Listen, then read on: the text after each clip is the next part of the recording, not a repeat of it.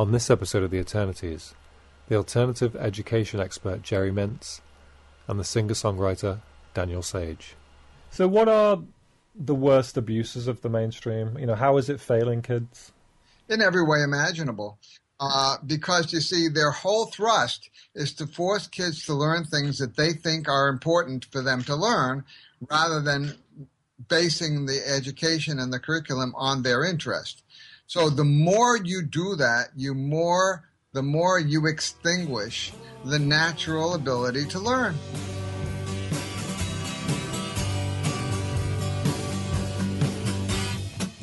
You know, you've got this dream of being a performer and a singer and a songwriter. Do you think you would have found that if you'd stayed in the mainstream education? Hell no. No way. I can tell you where I would have ended up. I would have ended up at a fast food restaurant working some dead-end job in North Carolina. Or I would have turned to a life of crime and probably been selling drugs. And if I had messed up at that, I probably would be in jail right now. And that's the reality. That was Daniel Sage speaking and performing his song Angels in the Snow. But first, Jerry Mintz. Jerry Mintz is the founder and director of the Alternative Education Resource Organization and a prominent figure in the alternative school movement.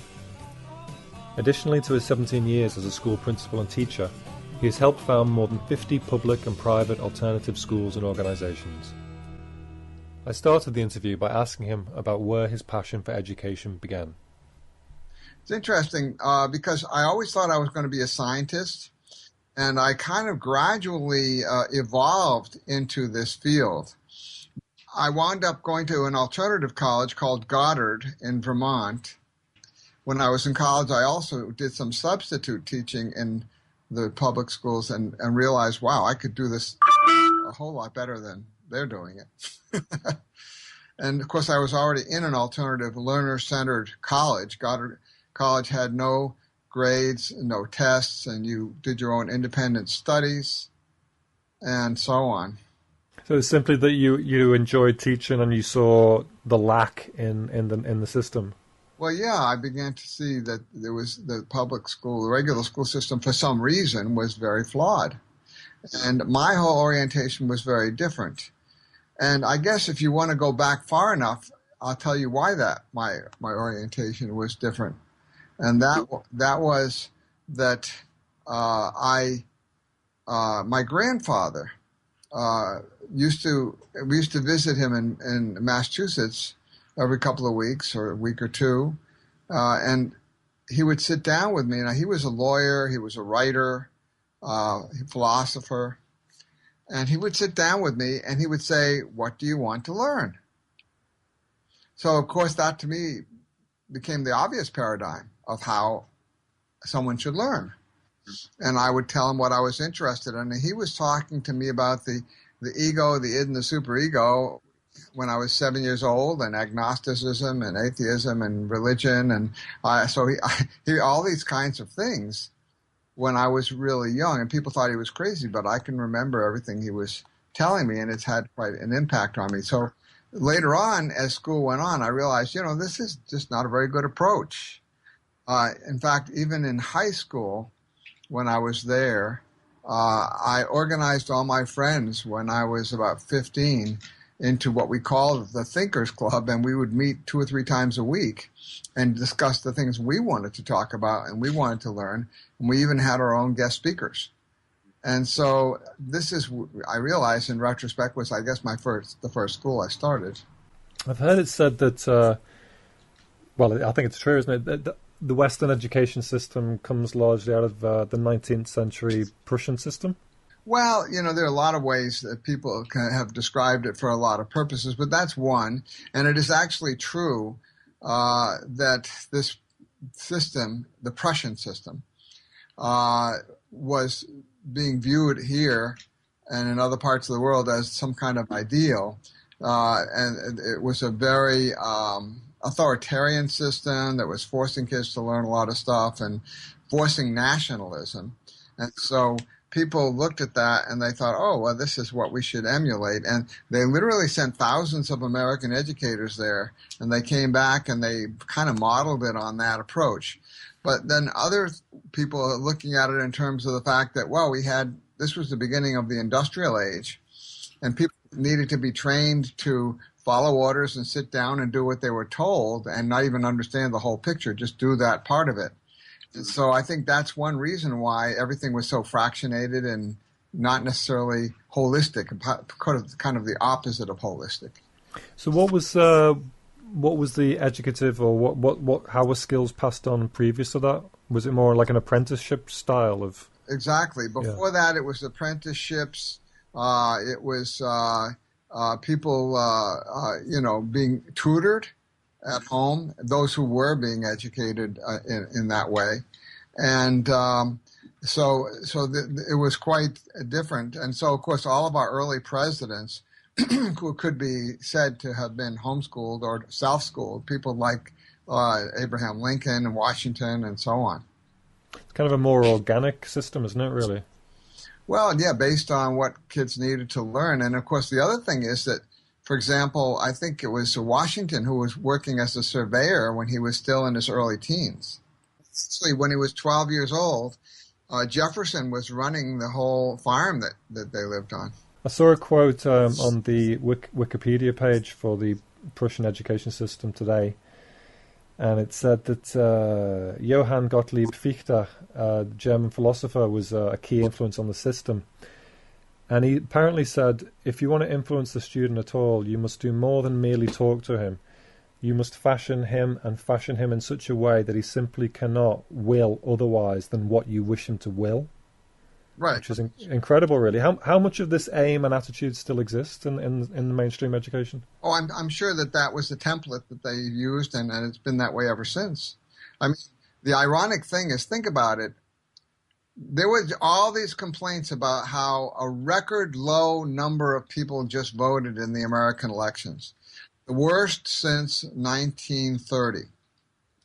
And why?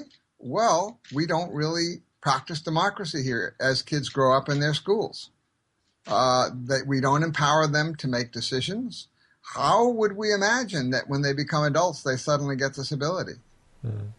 So you're already conditioned that you're helpless to change your society. Yeah, people were interviewed. They were mad at what was happening with their government, but they didn't think there was anything they could do to change it.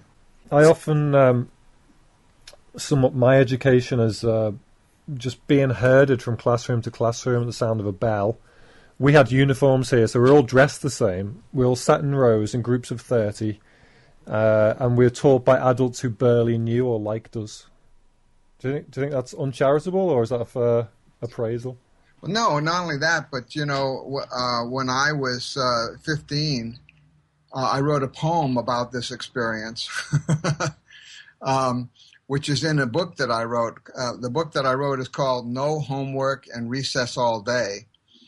And the kids love the title. They get it. But adults sometimes don't get it at all. And they think, well, and of course, and the older the kids are, the more they are likely to say, oh, yes, but how will you learn anything, you see, because they've already been conditioned to learn that they're not natural learners. But this is the poem that I wrote when I was 15 in high school. I hate this darn unthinking school that professes to teach you the golden rule. You fool me and I'll make you a fool. Against this I will rebel. Many's the time when I've hated to stay, when the bored, boring teacher had nothing to say, but no, says the teacher, you can't go away. And this I will also retell. So I learned what the bored, boring teacher had taught, and thusly I learned to be bored on the spot. And ever since I've been bored at the thought of the trash that the school has to sell. Oh, I'm sure education in school's not all bad, and I'll know things of interest when I am a grad. But the camouflage job on the interest is sad, and the learning won't sit very well. And so every morning at just 8 o'clock, I rush into the school, and behind me, they lock the door to my prison. And I start to walk through the prison from cell to cell. That's excellent. That sums it up. Yeah. That sums it up. So that is, of course, when I also started that club, and so that was my attitude about it. I had a bad attitude already, you can see. Yeah. So what are the worst abuses of the mainstream? How is it failing kids? In every way imaginable. Because, you see, their whole thrust is to force kids to learn things that they think are important for them to learn, rather than basing the education and the curriculum on their interest. Yeah. So the more you do that, the more you extinguish the natural ability to learn. Yeah. So it's almost like you're taking a hungry person and you're force feeding them, isn't it? Something like that. Maybe they make them hate to eat everything. Maybe they can become bulimic. But I think that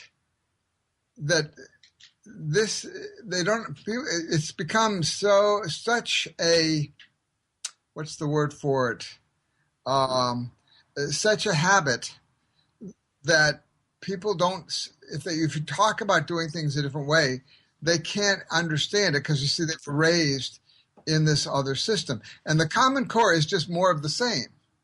And that I can go into the whole thing of how that apparently came about. Quite interesting story, and why it's so destructive. And of course, do you know that England had a national curriculum in the early 1900s, and that it failed, and they didn't learn the lesson, and now they got another one. Yep.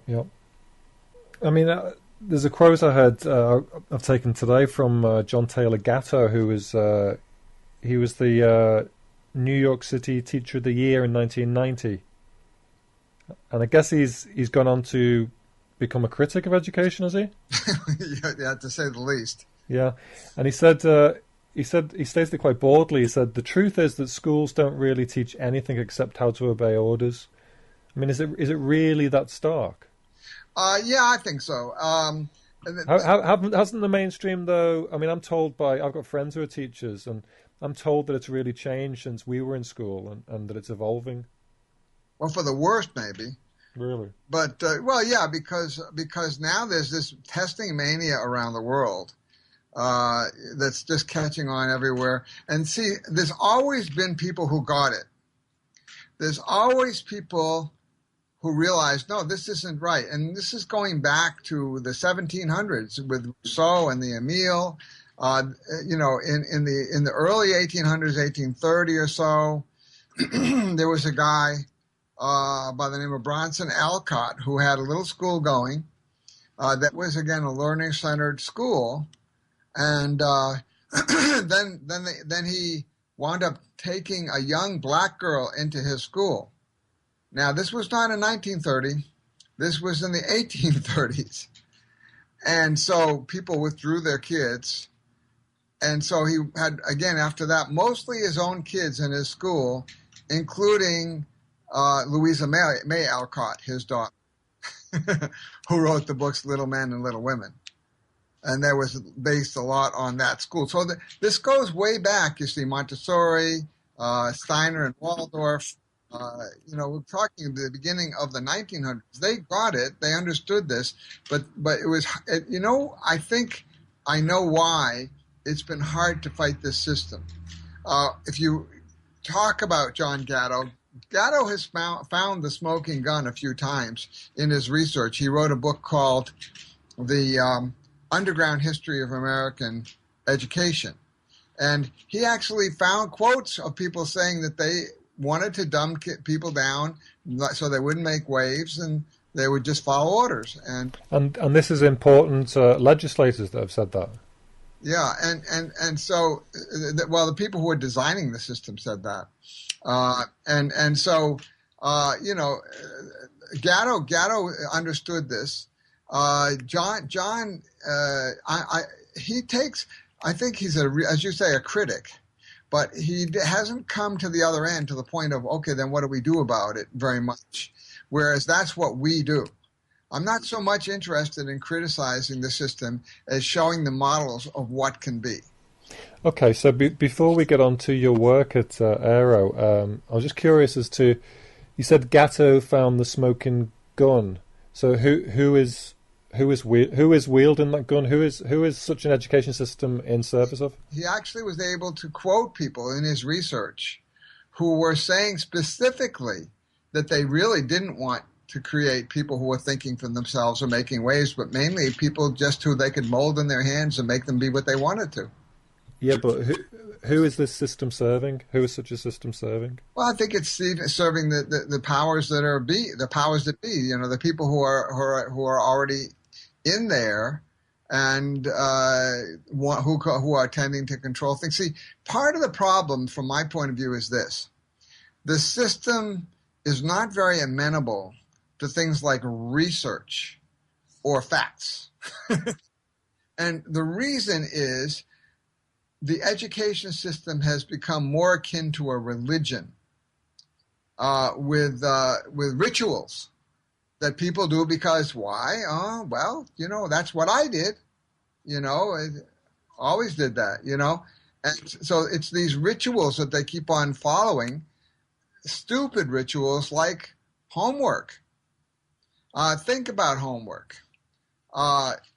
If kids loved what they were doing, then you would not be able to stop them from doing it. For example, you don't really have to force kids to learn how to use the computer.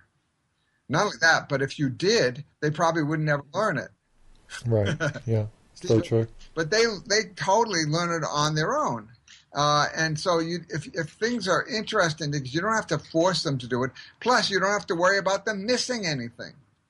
The reason why you don't have to worry about it is if you haven't forced kids to learn things they're not interested in, then you're not extinguishing their natural ability to learn. Then, if they want to learn, they learn as fast as you can imagine.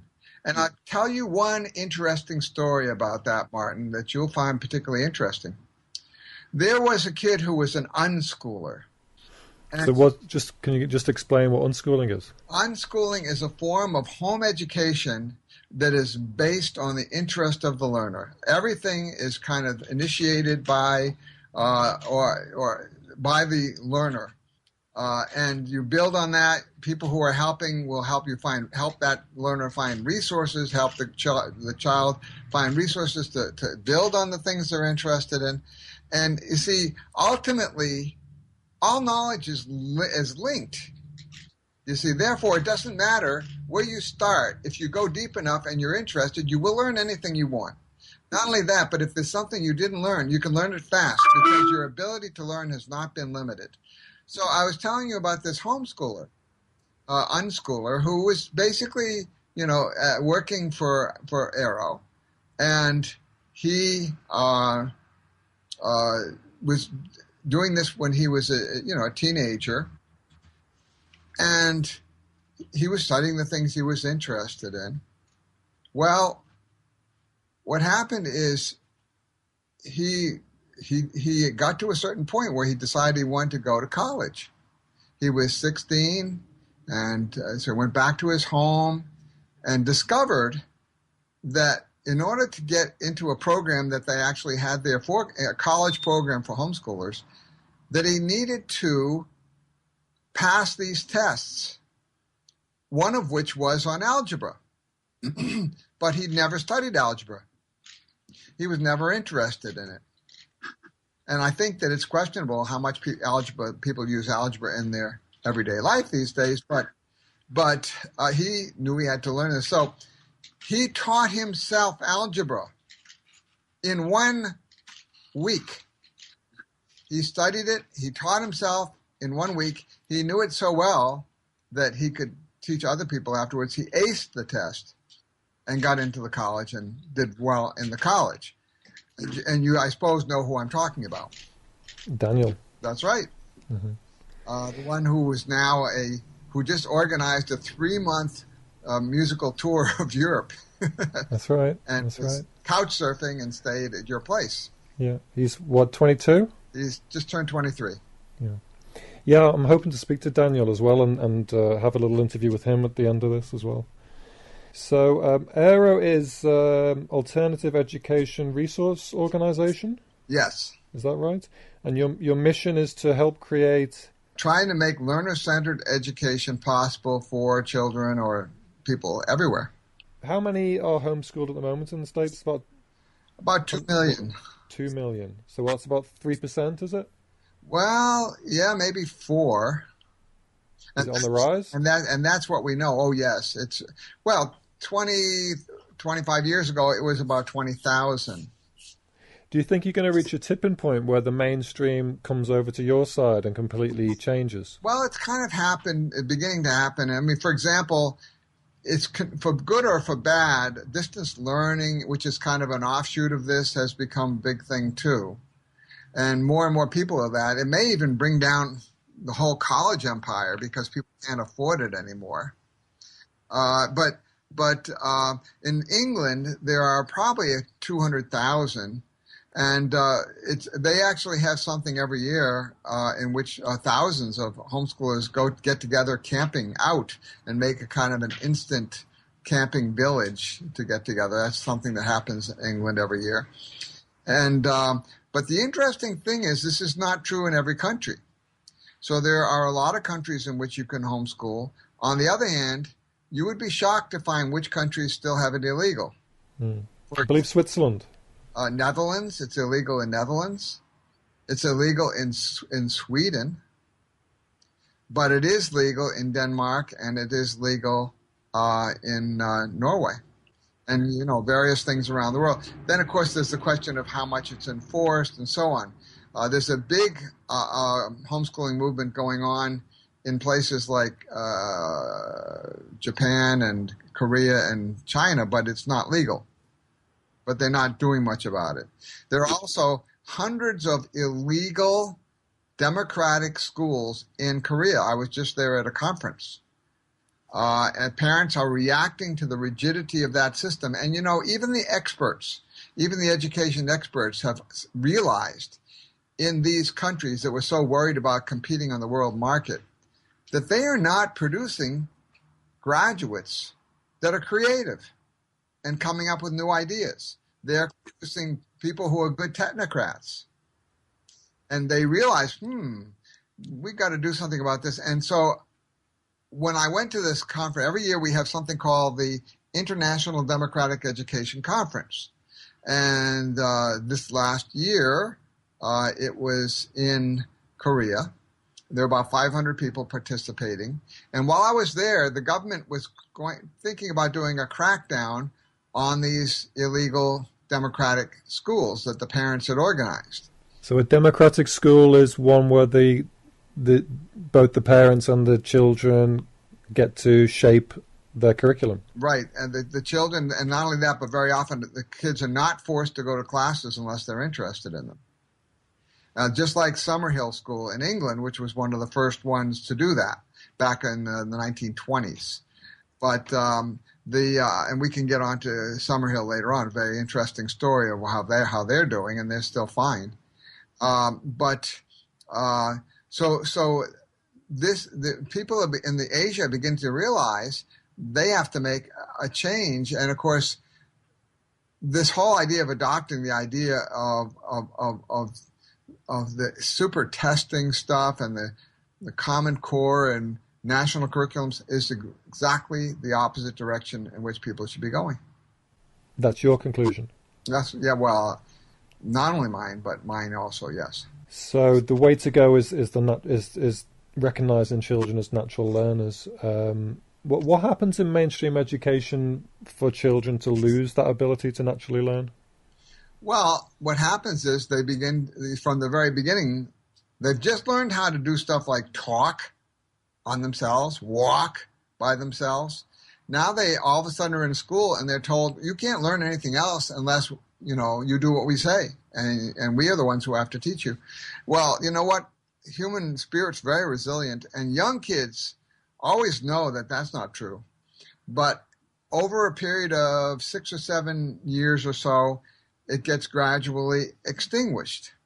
For example, I was on my way to do a TED Talk There's a TEDx talk on my website that I did in Norway a year ago. And I was on my way in the airport, in the elevator, talking to this woman who saw that I had a shirt on with our website on it, educationrevolution.org. And so she wanted to know what that was about. And then her young kid was there, who was, I would say, about 9. And he said, well, what do you do for work? And I said, well, one of the things I do is I help people start schools in which you're not forced to go to classes unless you want to, and all the decisions are made by a democratic vote in which all the students get a vote. And he immediately said, sign me up. It didn't take him long, 10 seconds. And kids know this, you see. Kids know this. So that's what happens, and that's the process. But I'm sure critics will assume that, in that kind of system, kids are going to get lazy and they're going to want to take the learning in directions that the adults deem are, totally unsuitable. Does that happen much, and what's done in those cases? Well, this is very interesting that you asked the question in that way, because we're talking about two different learning paradigms. The traditional system has the paradigm, obviously by the way they operate, that children are naturally lazy and need to be forced to learn, or they're not going to learn anything. That's the paradigm they use. And if you look at everything they do, it's all based on that. For example, competition for grades, competition with each other, all the forced homework, everything, all these external rewards, because they don't believe that anything is intrinsic. Well, the other paradigm, which is the one that we operate on in the alternative schools that are involved with our network, about 600 member schools and many others beside that, is that kids are natural learners. Now, this is backed up by modern brain research. Kids are naturally, the brain is aggressive, wants to learn. It's a natural thing. And then, you see, the point is, over 6 or 7 years' time, it gets gradually extinguished. So by the time you get to age 13 or so, it becomes a self-fulfilling process in which kids do then at that point act as if they're lazy and need to be externally motivated to do anything. So they've lost that natural appetite for learning. Absolutely. Now, it can be rekindled to some extent, but I think some stuff is just lost forever. Such as? Well, I mean, it's a hit or miss, but it depends on what was forced on the kids. Yeah. If they manage to miss one area, then that'd be terrific. If they missed computers, maybe the kid will become a computerist. If they missed music, maybe they'll be good at that. Yeah. But it's not just learning that suffers. I mean, I think the spirit of a lot of people, the psyche of people gets damaged in the school system. Yeah, that's right. And that's the way it happens. And not only that, but you see, let's talk about the bullying epidemic. And they all decry this thing. And there are these horrendous stories that we hear about bullying in schools. And they wonder why, and they come up with various programs that they're going to bring into the schools to stop bullying. Well, I will tell you that will never, ever work. The reason is this. The system itself is an authoritarian system, a top-down system which will always have somebody at the bottom to be bullied. And so there's no way to change that unless you have a kind of egalitarian system in which everybody's rights are respected. Well, that is true in our schools, and there's almost no bullying. But if there is bullying, or somebody that perceives bullying of themselves in our schools, they can immediately bring it up at a democratic meeting and say what they think happened, you see. And so I've even had siblings, how sometimes it's difficult for siblings to get along with each other. But you see, they can bring each other up in meetings, and then they can't get away with, even the younger kid can't get away with just tweaking the older one and getting them to do something and then getting them in trouble that way, because this is students involved with these meetings. They know that trick. And so I have had younger siblings get warned for verbal bullying. Right, you see. And so basically, this is also true in public alternatives, generally speaking. There's a guy that I know, Bob Barr, who did research on this and found that, bullying was everywhere except in the alternative schools, even in the public alternatives. Mm-hmm. So you're saying bullying is not a problem in your schools. What do you mean by your schools? I mean schools that are members of AERO or that are learner-centered in their approach. Okay. And that would include everything from, Montessori to Waldorf, but there are some specifically democratic schools. We have a list on our website, educationrevolution.org, of democratic schools around the world, 200 or 300. And we also have a list of our member schools, about 600. And in general, the rate of bullying in these schools is low. When I had my school for years, 17 years, we wouldn't have a physical fight maybe more than once every other year or so. Yeah. So just if we can just jump back onto the natural learning and the child-centered approach. How is this natural learning capacity nurtured, and how do you work with that in an alternative education context to enable the children to reach beyond what they would in a mainstream setting? What's the actual mechanics of that approach? Well, I mean, the key is if kids are going to classes that they're interested in, then that speaks for itself. They can also ask for independent studies and on areas that they're interested in. But beyond that, it's important to have teachers that know how to listen. And they can listen to the kind of interests that students present and help them build on that. What do you think would have happened, say, in the 20th century if we hadn't had such an authoritarian education system that had allowed free thinking and self-development and so on? You can only imagine. I mean, it's hard to say. I think that if you had people who were growing up with more responsibility in their education, we probably wouldn't be facing this crisis that we are now, with us kind of in the process of destroying the world with global warming, and it wouldn't, with high murder rates and incarceration and so on.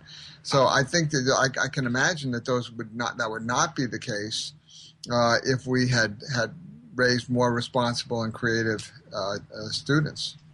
Yeah, I've heard alternative education critics of the mainstream. They call it, is it the factory system they call mainstream education? Yeah, some people do that, and I mean, I think it is, and it's not exactly a mistake that these classrooms look like factories, that bells ring and so on. That was their intention.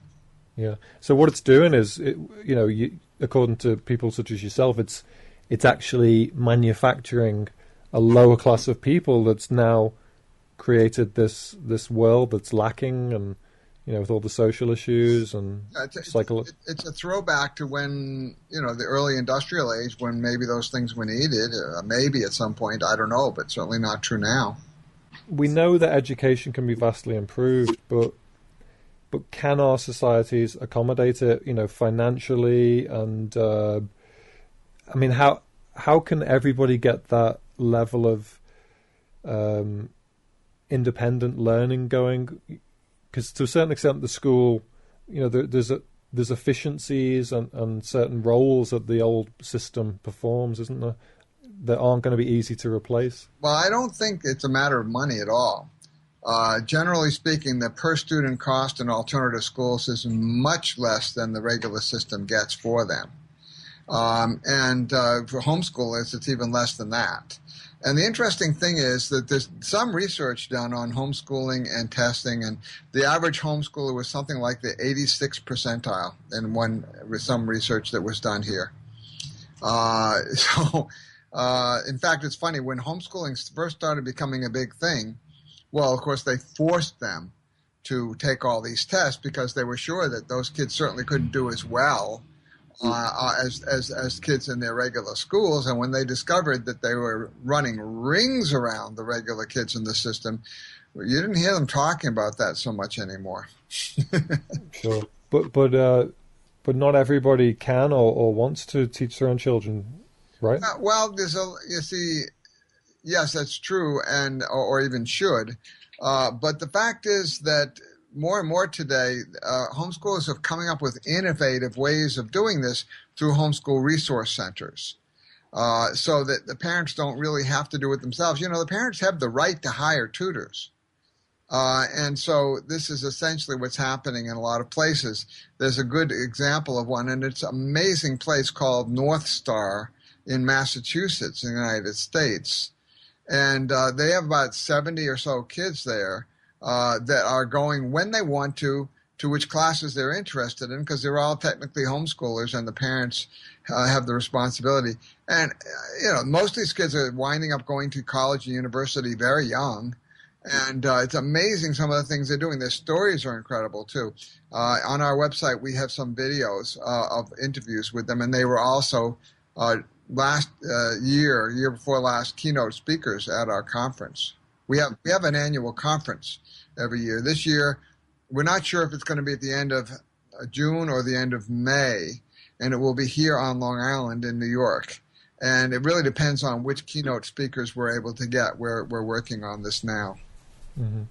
So how is the mainstream in terms of the government or legislators? I mean, did they ever pose much of a problem in the States? And I know obviously in some countries it's totally illegal, but how do you get on over there with local government and government or federal government? Well, homeschooling is legal in every state, and there are different laws for it in every state. So it varies from state to state as to how much freedom the parents have to organize themselves. But it's certainly doable in every state. So that's not a problem. And I think that happened partly because the homeschoolers got so far out in front of the legislators and of everybody else that when people thought they were going to try to rein them in, they discovered, much to their shock, that they were very well organized, could make them look very bad, and they backed off immediately.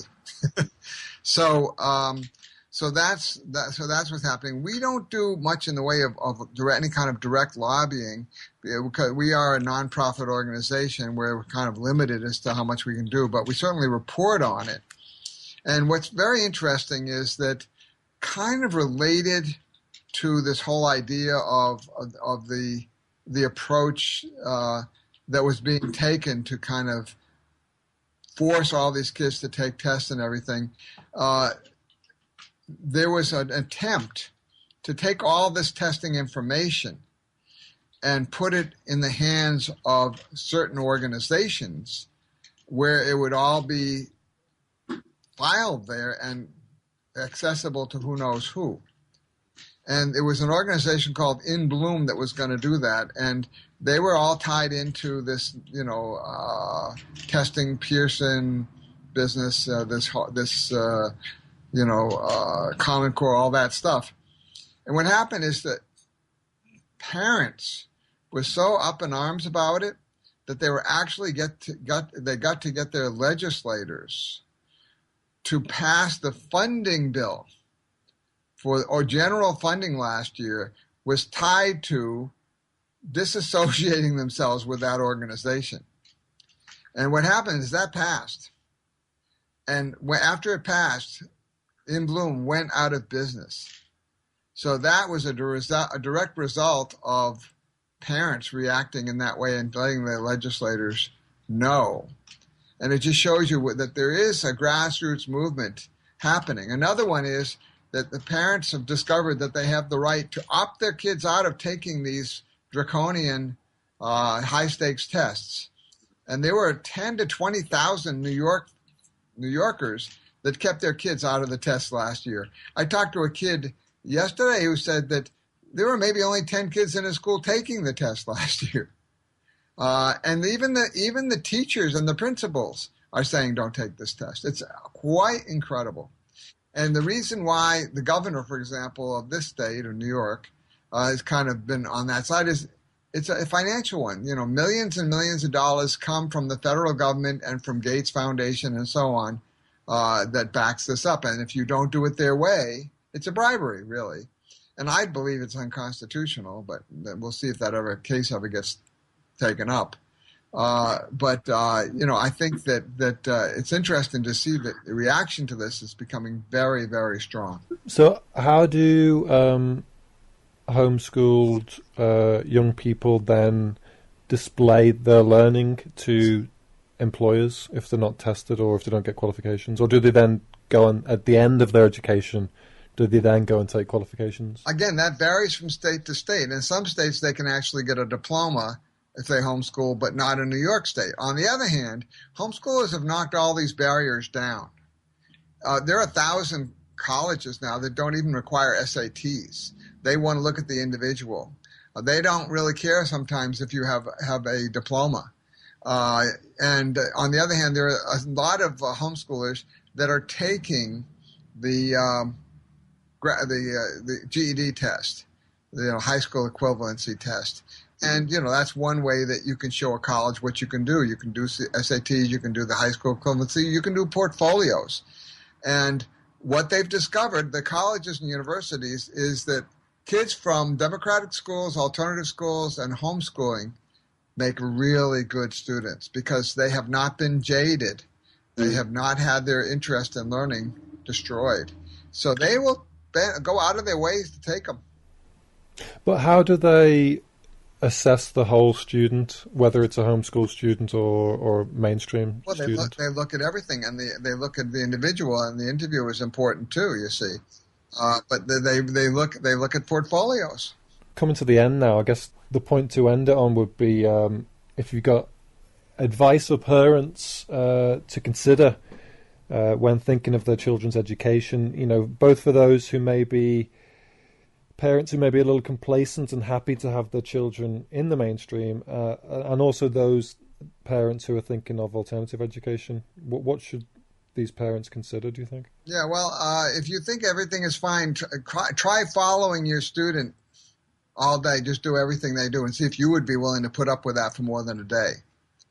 There's an article in our latest e-newsletter about a teacher who did that and was just totally shocked at how terrible it was.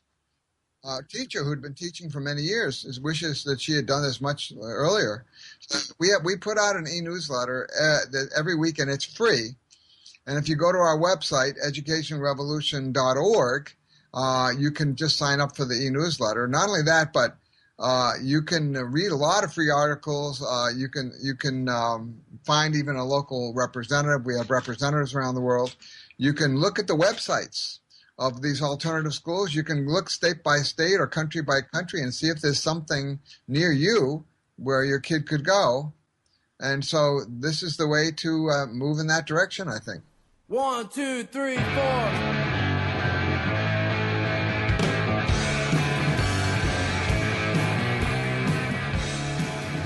And now, Daniel Sage. Daniel Sage is an aspiring singer-songwriter and musician, an ex-intern at AERO who was homeschooled from age 13. Basically, I was just a regular public school student growing up in a small town, North Carolina, and it was kind of like outside of a bigger city, and I really liked it. I really liked my public elementary school. It was very chill. It was it was not too coercive. I went from there to public it is a public magnet school, and that is basically really rigorous work. They put you on the fast track to going to like a really nice college, and so I was really spending all my time just to stay afloat and keep my head above water. There's a lot of memorization involved, like memorizing poems and stuff like that, and it was driving me absolutely insane. And it's making me really unhappy. And so I just became this really pissed off person. And I'd come home and not, want to hang out with my parents at all. I just want to get away from everything. And I guess my parents kind of started noticing the signs, and my mom's very intuitive. She picked up on that, and basically I had this project that was due at the end of the quarter. It was the end of the first quarter, and I got to choose what it was about out of 4 different things. And I didn't care about any of them. So I picked African diamonds. And I was just writing just some bullshit on the last day, right before it was due. And my mom looked over my shoulder, like, what are you doing? I'm like, oh, I'm working on this project. And like, I showed her what I was doing. And she got so mad because I had a month to work on it, and I waited until the last day. And so we started frantically like getting stuff together, and then we realized what we were getting into, like, because it was already like midnight, and I had school at like 8 a.m. So we were both just really stressed out, and we just started having a really big argument and a huge screaming match, where basically I was rebelling against her and the school. Basically, she pushed me and just kind of kept pushing my buttons. And eventually I said, I just want to get a C on this stupid fucking project, to move on to the next stupid quarter, to move on to the next stupid grade, to move on to the next stupid school where I can drop out and start my life. And she heard me say that, and she was like, well, your life starts now. I'm taking you out of school tomorrow. And that was the moment where I was like, well, wait, what? What does that mean? And I was like, I had no idea what homeschooling was. And sure enough, like, we went to the principal's office the next day, took me out, sent in a letter to North Carolina, state of North Carolina, saying that we intended to homeschool, and that's all you have to do. So what age were you at that point? I was 13. I think I just turned 13. This was the fall of 2004. Do you think your mum was already thinking of this, and she'd been sort of watching you? Yeah, she was. She had already heard about a book called Grace Llewellyn. It's a book by Grace Llewellyn. It's called The Teenage Deliberation Handbook. And that's the most popular book as far as unschooling goes. It talks about unschooling. And at least at the time it was. And so she knew about that, and she knew about this organization called AERO, the Alternative Education Resource Organization. And that was really cool because I left school, basically dropped out, and she tried to homeschool me for one day, and I refused to read the Teenage Liberation Handbook. And she was like, okay, you know what that means is you're unschooled, and you can do whatever you want. And I was like, what? What's going on? And I just went in my room, and I stared at the wallpaper for 2 months. I had no idea what to do. I was totally clueless on how to live my life. Well, shouldn't someone have guided you, or is that how unschooling starts? That is the process. Is called deschooling, Right. And it's unlearning all of this authoritarian bullshit that you've been ingrained and conditioned to live with. So basically, they tell you to wake up at a certain time, be there at a certain time, and do this as soon as you get there, and you keep doing stuff that they tell you to do all day until you finally get home, and your parent says, you got to get in the car, and now we got to go home, now you got to eat dinner, and now you can recreate for an hour before you go to bed. Now you have to go to bed because you have to wake up the next morning. And so it's all training. It's all conditioning for basically, in my opinion, kind of like a military lifestyle, where every moment is planned, and it's kind of just like a really terrible reality. But yeah, it's just training for, I think, the business world, military world, stuff like that. So for this 2 months where you're just left to sort of detox in a way, Yeah, what you've gone I through. detoxed. All I literally did was stare at the wallpaper, and you think that's like no, he must have done something else, but no, like I really was so out of it. And every day my dad would come home from work, and he would be skeptical about it, and he would say, like you're not doing anything. What did you do today? What did you learn? And I would be like nothing. And eventually he stopped asking me. And so yeah, I guess I let him down so much in that regard that it was a good thing. I didn't give him any false hope of I was gonna accomplish anything.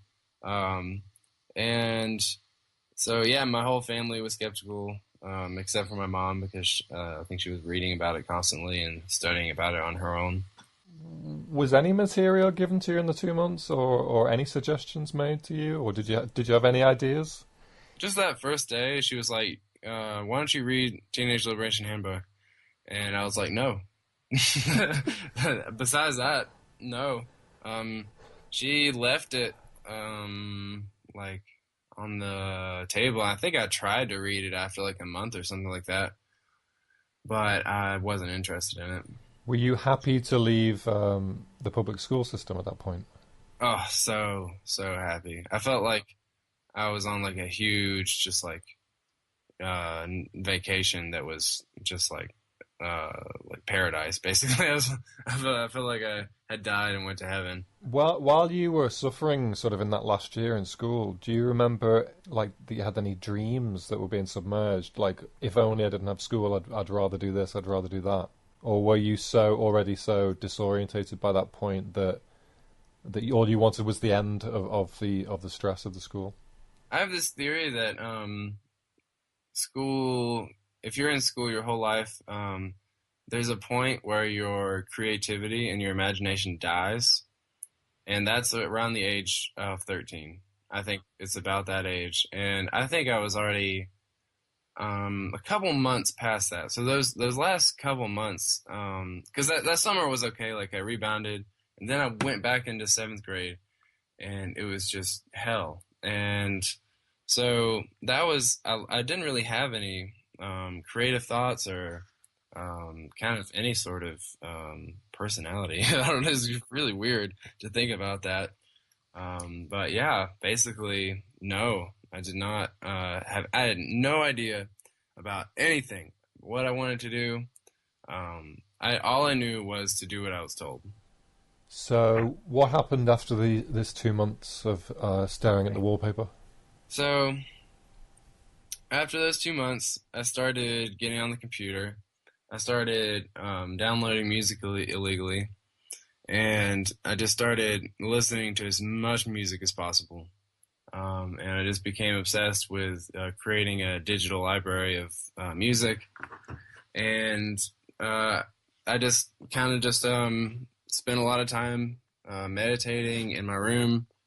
And then I guess I got into an album called Nevermind. I know it. And by Nirvana. And I listened to that about 100 times in a row. And it had a huge influence on me.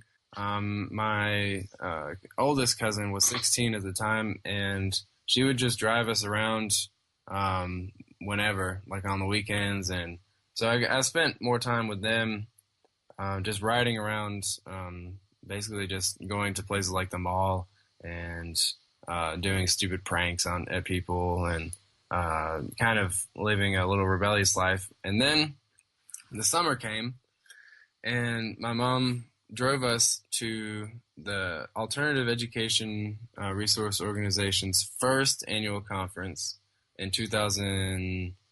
I guess that was. So maybe I've been doing this since 2003, because that was the summer of 2004, and I was already out of school at that point. So that was 2004, and we drove up to Albany for the conference. and that was where I had basically the turning point in my life, because I went to my first big rock show. It was Eric Clapton at Pepsi Center in Albany, and that's when I figured out I really wanted to play guitar. And then also in that weekend was AERO conference, and I met Jerry Mintz, the director, and my mom kind of like schmoozed with him, and Jerry let her know that he was looking for interns, and so basically he flew me up the week after the conference, and I started interning for AERO, doing video editing, website editing, answering the phone, and all of this at like age 13. And that was when I kind of started my independent life. I started traveling on my own. I would take the train up to New York for a month, intern there, and then go back to North Carolina for a month. And that's when I kind of just separated myself from my parents a little bit, and just realized I could live on my own and do my own thing. So how old were you again? 14 at this point? Yeah, 13. Then that summer, and then that fall I turned 14. And for the next couple of years, that's what I did, is just gain some skills, and hang out at AERO. I wasn't getting paid, but all my travel expenses and living expenses were covered. And so you became a kind of an apprentice at that point rather than a student. Exactly. Yeah. And actually I did something called Global Village School for a while, which is this virtual school in California that kind of monitors like your unschooled progress a little bit. So I would kind of write down what I was working on, like the reading I was doing and science that I was studying. And then I guess I tried that out for a bit, and then realized that and that was when actually I got that's how I got the opportunity to speak in front of 500 public school teachers in Russia about unschooling. This guy had a magazine called First of September, and he contacted AERO and wanted Jerry to go speak in Moscow. And so Jerry was like, okay, let's I'll come if you also bring Daniel, who can speak about unschooling. And so I got a free flight out to Moscow, and that was kind of like the climax of my involvement in AERO at that point. And we went to Summerhill in England. That was my first time in the UK. What did you think of Summerhill? Summerhill is the greatest school I've ever visited. It was just a utopia, basically. Just the ideal environment as far as like a boarding school situation. It was basically operating 24 hours a day. Something was happening, and I just loved it. I soaked it up. I made friends with all the teenagers and played guitar with them, and had a great time. So in this period, you've got incredible freedom and independence. Yeah. But you were hitting the books as well? Not so much. Not so much, but a little bit. So what does the unschooling philosophy say about that in terms? I mean, should you have been trying to develop, see if you've got genuine interest and then just following your interest, or do they say if you have no interest, it's totally fine for you not to learn a thing, just follow what you feel? Exactly. Okay. And that's exactly what you just said. You hit it right on the nail. And because the idea is that if you don't find it useful, then you're never going to use it. And what good is it? It's just taking up room in your brain. So it's a radical idea, though, isn't it? I mean, when you put it like that, it sounds like common sense, but it is actually a radical idea. It's like, well, if I have all these pictures I'm never going to look at on this hard drive, I might as well just delete them and get rid of them and just fill it up with a bunch of music that I like anyway. So I mean, it's kind of like that, you know. So here you are, you're now 23, or let's go back to say 18 or whatever. Did you feel equipped for adulthood by that point? Did you feel insecure in terms of people that have gone through the public school system? I felt overconfident, and I think that was a fault, because I really hadn't hit a major wall until I was like 17, 18, and that's a whole nother long story I can't get into, but that's when I really started uh, kind of living a little more cautiously. But at the same time, I think I that was when I learned a lot of street smarts. You know, I kind of became more street intelligent at that point, and realized that not everybody is out there to help you, and it's not just a fairy tale world out there. And so that's when I kind of started my real independent self-discovery period. I started couch surfing all over the U.S., and I actually ended up in Memphis, and that's where I feel like I really got my foothold as a musician. But Memphis is where I really broke myself by playing an open mic every night of this 1 month. I'd played an open mic every night, so like 30, 35 open mics, and I just broke myself as far as like stage fright and stage performance goes. And ever since then, I've never been afraid to be on stage. So that's kind of what happened when I was 18. Is I just got in my car and just went and see where I ended up. I think it's interesting that you've got this dream of being a performer and a singer and a songwriter. Do you think you would have found that if you'd stayed in the mainstream education? Hell no, no way. I can tell you where I would have ended up.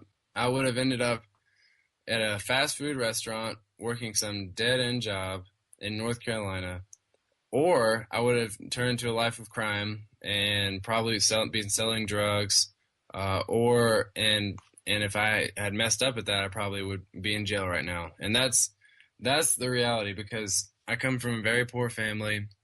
We never really had much. We were always in debt, and that's kind of just where I come from. It's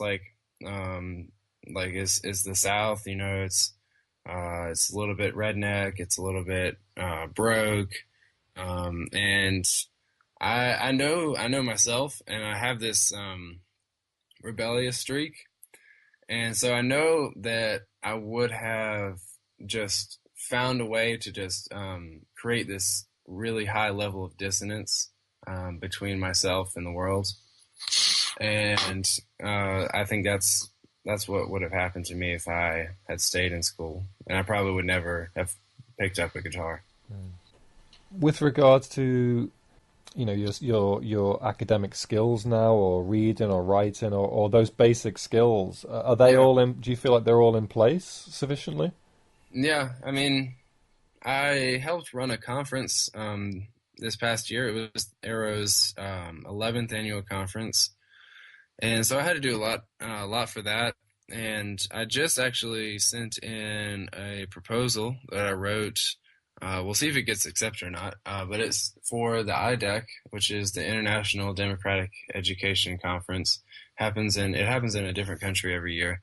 This year it's going to be in New Zealand, and I would basically just give a presentation about what I just kind of talked about, and also this European tour I just did, and how that kind of relates to working with a Grammy award-winning producer and all that kind of stuff. So that would be my presentation, is how to kind of live this traveling lifestyle with couch surfing on a minimal budget while you're learning so much. So the unschooling thing definitely worked for you, you'd say? Yeah, I would say so. Jerry said that you learned algebra in a week when you were thinking about going to some college or something. Oh yeah, that's a good story. When I was 16, I realized that this local community college has something called dual enrollment, which is for high school students and homeschoolers who wanted to take college courses at the same time as their high school courses. Now, of course, they didn't know that I wasn't really taking any high school courses. So basically, I just got to take whatever college courses I wanted for free. And so I just picked a smattering of them, like English 101 and Psychology 101, mathematical models and computers and communications. And so I did that for like a semester and tried it out. But in order to get in, I had to pass a kind of like an acceptance test or something like that to just prove that I could do the work. And of course, I hadn't done math since I left 7th grade. So basically, I just looked at it and I had no idea what I was doing. I had forgotten all the algebra I knew because it's totally useless. So what I did was I just asked people around. Like I asked my dad. He couldn't really teach me. And I actually stumbled on this tutor, and he tutored me for about a few hours. And after that session, that free tutoring session, I just picked it up and I studied for like a day on my own. And I didn't miss any questions on the whole test on algebra. And there was like 100 questions on algebra. And they were like, wow, you're really good at math. Like, as I was walking, I was like, oh, thanks. But I think that has something to do with music as well. Like, I know I've always known I've been really good at math, but I feel like in a way, music is how I can use that ability without actually having to do like write it down and do real math. Yeah. So what would you say to, maybe just to finish up now, what would you say to any parents that would be thinking about taking their kid out or putting their kid into an unschooling type scenario? I would say do it, and the reason is because you value your kid's creativity and happiness. And if you don't value your child's happiness, then I would say keep them in school, because they're going to become very unhappy, and they will rebel, and they will be held back, and they won't know what they're doing in life. And if you let them figure it out for themselves, then they will. That's basically what it boils down to. Well said. Thank you, Martin. There are 100 ways that I could make history today. I don't think it would matter anyway if I was an astronaut on Pompeii. Alright. Yeah, don't